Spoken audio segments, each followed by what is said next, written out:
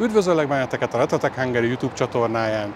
Ismét eltelt egy év, 2023. október van, és újra itt állunk a Varsói Hifison, egész pontosan a 25. Varsói Hifison.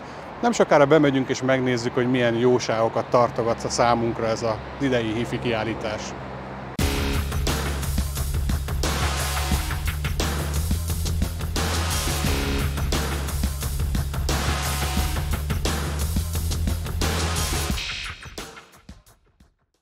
Mindig olyan érzésem van, amikor Varsóban járok, mintha el sem hagytam volna Budapestet, és ez a kijelentés pozitív és negatív értelemben is megállja a helyét.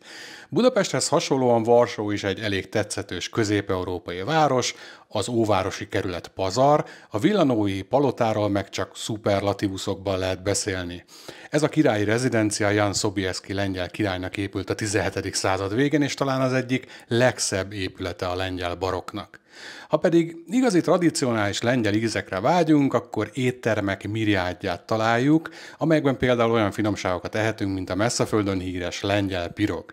Előtte persze egy pohárka jóféle lengyel vodka, közben és utána pedig egy korsó zsiviec sör. Azért kezdem ezt a videót ilyen rendhagyó módon, mert mindenképpen érzékeltetni szerettem volna, hogy Varsóban a Hifison túl is érdemes turistáskodni. Maga a show olyan léptékű, hogy eleve minimum 2 nap kell ahhoz, hogy minden szobát bejárjunk, és ha már amúgy is ott vagyunk, akkor szerintem érdemes a várost is megnézni. Én már 3-szor is jártam Varsóban, és valószínűleg még mindig lenne mit látnom.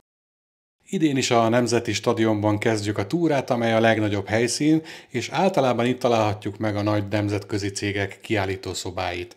Meg kell jegyeznem, hogy idén talán a kiállítók egy kicsit több hangsúlyt fektettek a cirkuszra, és kevesebbet a lényegre, a hangra, mert meglepően kevés szoba volt, ami kifejezetten jól szólt volna, sőt, voltak nagy csalódások is, de erről majd egy kicsit később. A lényeg az, hogy nem elég, ha megvan a lehetőség és a szükséges idő a megfelelő hangzás megteremtésére, azért az akarat és a szakértelem is kell hozzá.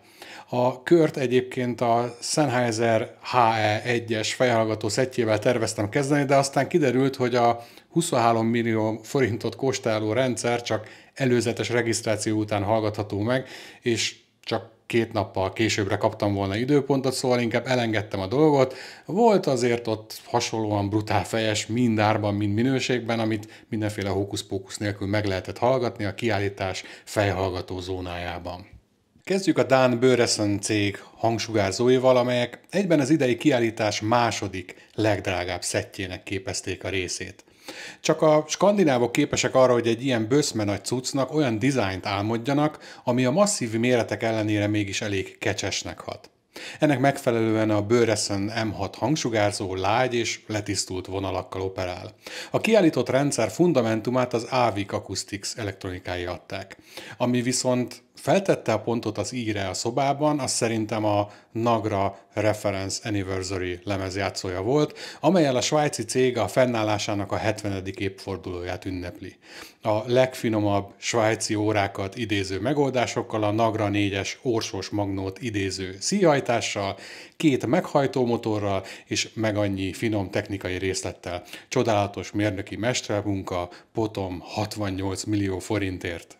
És ha már ilyen erősen kezdünk, akkor hadd ajánljak a vájtabb fülű jacht tulajdonosoknak a figyelmébe még egy cuccot, amivel enyhíteni lehet a bankszámlán héderező zöldhasúak által okozott nyomást.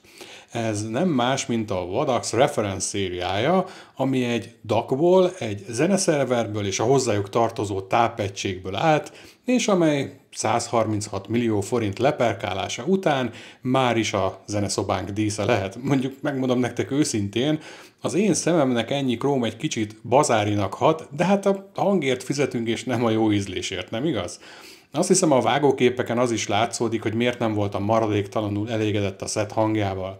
Ennek az irdatlan méretű cuccnak egyszerűen kicsi volt a szoba, amelyben kiállították. Értem, hogy valaki meg akarja mutatni, hogy mire lehet ellocsolni egy decens budapesti ingatlan árát, de egy alulméretezett szobában nulla akusztikai kezelése szerintem ez nem túl célra vezető. A Wadax-szal ellentétben a Macintosban az amerikai bazáriság kifejezetten szerethető. Tisztára, mint egy amerikai izomautó, drabális, brutális, baltával faragott, felvágós, De mégis az ember mindenáron birtokolni szeretné. Nem is tépem tovább a számot feleslegesen, a képek önmagukért beszélnek, szóval jöjjön egy kis Macintosh pornó.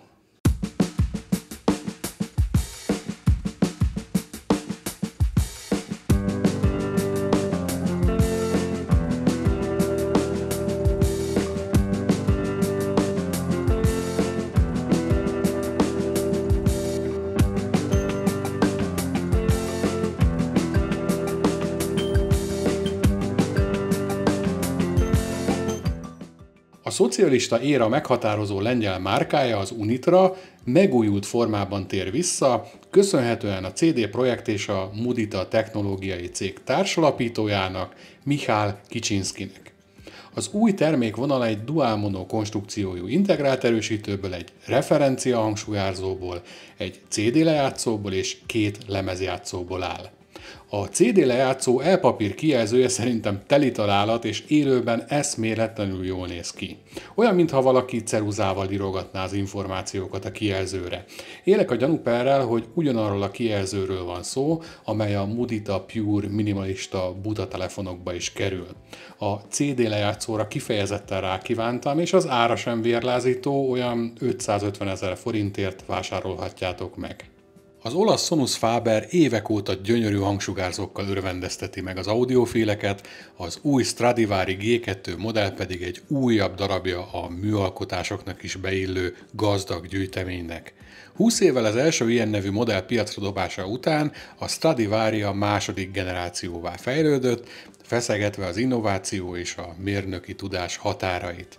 A jellegzetes organikus anyagok és a legmodernebb technológia zökkenőmentes kombinációja révén a Stradivari a Sonus Faber filozófia lényegét kívánja megtestesíteni, nem mellesleg gyönyörű ajándék is a cég 40. évfordulója alkalmából. Ez a hangsugárzó tényleg olyan, mint egy szobor, a famunka első osztályú, de hát mi mást várhatunk egy olyan ország mérnökeitől, akik a híres kremonai hegedűket meg a Ferrarikat adták a világnak.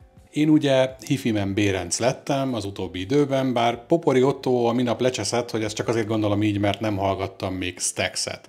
Minden esetre a Hifimen Shangri-La elfeledtette velem azt a csalódottságot, amit amiatt éreztem, hogy nem tudtam a Sennheiser HE1-est meghallgatni ezen a kiállításon.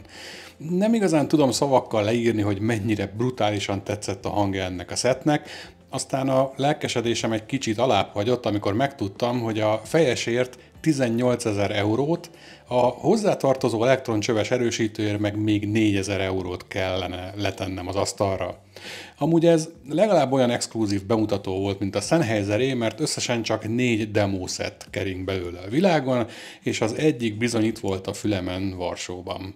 Nem túl gyakran fordul elő, hogy egy régóta működő neves gyártó, aki eddig csak elektronikákat tervezett, hangsugárzó gyártásra adja a fejét.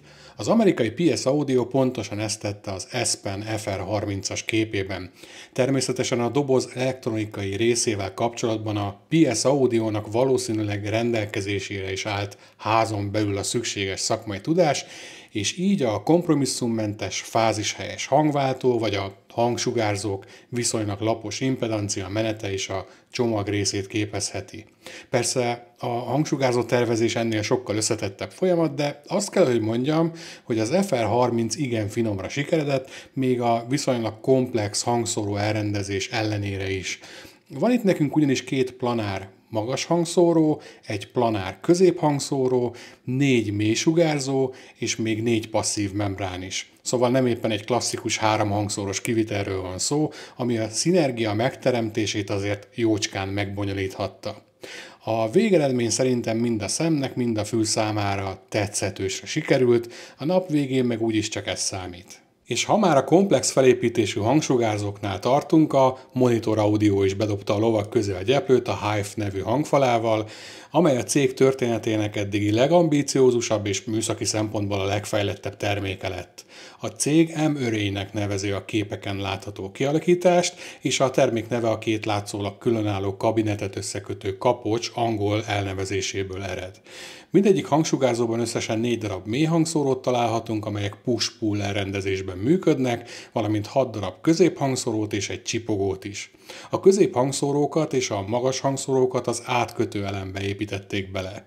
Élőben nagyon kiadja ez a dizájn, ami szerintem egy modern nappaliban vagy zeneszobában is megállja a helyét. Mellesleg egész jól is szólt az alárakott kord elektronikával tandemben.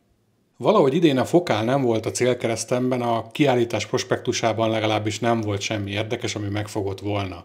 Aztán amikor éppen elsétáltam egy szoba mellett, amelyben éppen egy fokál Utopia volt klasszikus módon a legbrutálabb name elektronikákkal párosítva, akkor valami mégiscsak beszippantott oda. Én nem szeretem különösebben az elektronikus zenét, vagy legalábbis elég válogatós vagyok a zsánert illetően, de ahogy ez a szett a Vini Vici Part of the Dream albumáról a Make Us Stronger című számot verette, nulla erőfeszítéssel, lobogó mély hangszórókkal, az emberi agy feldolgozó kapacitásának a felső határát feszegető részletességgel, az valami elképesztő volt. Nem mondom, hogy szívesen végighallgatnék egy albumot egy olyan rendszeren, ami ennyire embertelen módon részletező, de az biztos, hogy egy nagyon hatásos cirkuszi mutatvány részese voltam a szó legpozitívabb értelmében, ami nagyon sokáig egy meghatározó élmény marad majd. A Nemzeti Stadion után nézzük meg, hogy milyen érdekességek voltak kiállítva a Radisson Blu Sobieski Hotelben. Az egyik legimpozánsabb setupja szerintem a Kondónak volt, amely cég ugyebár igen szorosan kapcsolódik az Audio Note-hoz. A Kondo Gakuo 2 elektroncsöves monoblokkok az Avantgarde Acoustic Duo GT G3 töltséres hangsugárzókkal voltak összerakva, és hát a vágóképeken jól látható, hogy viszonylag nagy érdeklődés övezte őket. Emellett a zászlós hajó Kondo Kagura 2i monoblokkokat is kiállították. A bemutató kiemelt vendégei a márka vezérigazgatója Masaki Ajizawa és főmérnöke Katsur Hirokawa volt.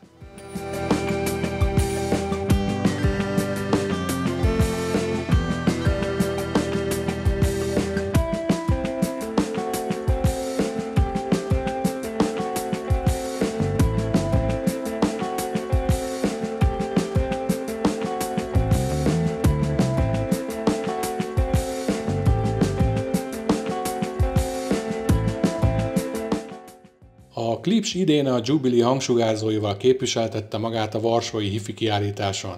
Ez volt a legutolsó projekt, amelyen maga a cég alapítója, Paul Wilbur Klipsch is dolgozott. Eredetileg ezt a modellt az ikonikus Klipsch Horn utódjának szánták, de végül még egy annál is nagyobb behemoth született, amely súlya eléri a 185 kg-ot. A 2 darab 12 incses mélysugárzó és az 1 darab 7 incses középmagas sugárzó extrém nagy, 107 decibeles érzékenységet ad a ládának, azaz néhány valódi watttal falakat lehet bontani vele. Bár egy viszonylag nagy konferenciateremben voltak kiállítva ezek a monstrumok, még így is látszódik, hogy a szett csak cipőkanállal fért be. A középmagas sugárzók az olasz Master Sound cég PF100-as Litz Edition elektroncsöves monoblokkjaival volt meghajtva, amíg a mélysugárzók a Gold Note PA1175 MK2 végerősítőivel. Azt nem tudom, hogy mennyire jó ötlet közvetlen a hangfalak elé rakni a csöves erősítőket a mikrofónia miatt, de valószínűleg nem csak ezen múlott, hogy nem igazán dobtam hátast a hangjától ennek az összeállításnak. Ami viszont konkrétan brutálisan nagy csalódás volt, az az Audio Note idei szettje.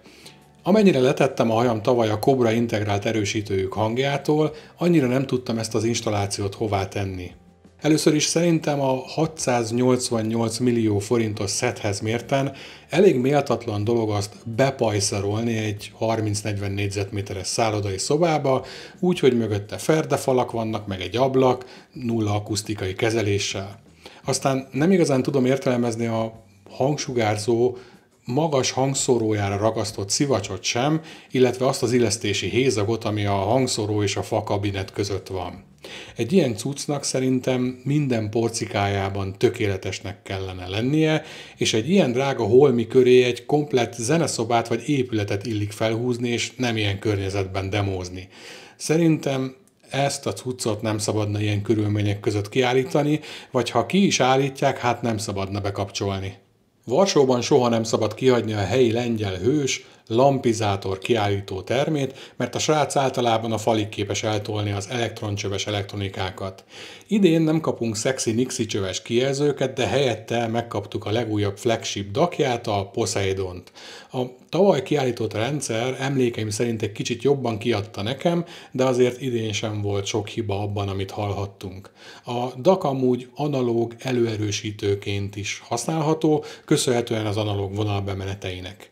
Azért is szeretek Lukas Fikus kiállítótermében időzni egy kicsit, mert a playlistje mindig tartalmaz egy-egy lengyel darabot is, így idén megismerkedhettem a Marcin nevű előadóval, aki a Led Zeppelin Kashmir című számát adja elő az akusztikus gitárján, igen hatásos körítéssel és meglehetősen virtuóz módon. Na persze nem amolyan tábortűz melletti gitározgatásra kell gondolni, a srác elég tehetségesnek tűnik. És akkor fejezzük be ezt a körutazást a magyar kontingenssel.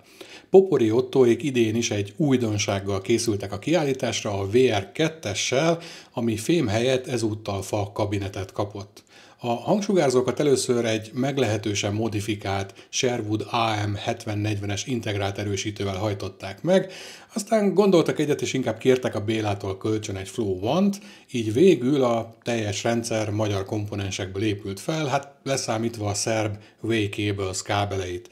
Nem igazán tudom nektek leírni, hogy mi olyan különleges az ilyen dipol hangsugárzókban, ezt tényleg egyszer mindenkinek meg kell tapasztalnia, és szerintem utána kétféle ember marad a földön, az, akinek ez brutál bejön, és az, akinek nagyon nem. Nincs szerintem köztes állapot. Az elektrostatikus hangsugárzók az embertelen nagy membránfelületükkel és gyorsaságukkal grandiózus méretekben vetítik a színpadot a hallgatóságuk elé, és mellettük még a legszélesebb tartományban hangot terítő, dinamikus hangszorokkal szerelt hangfalak is pontszerű hangforrásnak tűnnek. Ez egy teljesen más hangsugárzó tervezési filozófia, teljesen más élmény. Nemrégiben kaptam egy meghívást a Pécsi Kodály Központba, a Kodály Központ hangjai című rendezvényre, ahol volt szerencsém ismét meghallgatni a VR1-est, és nekem továbbra is az az etalon, ha a popori hangsugárzókról van szó. Minden esetre a pécsiek méltán lehetnek büszkék erre a szép modern épületre, az elegáns koncerttermére, és én meg természetesen nagyon szépen köszönöm Englert Csabának és Popori Ottónak a szívélyes invitálást.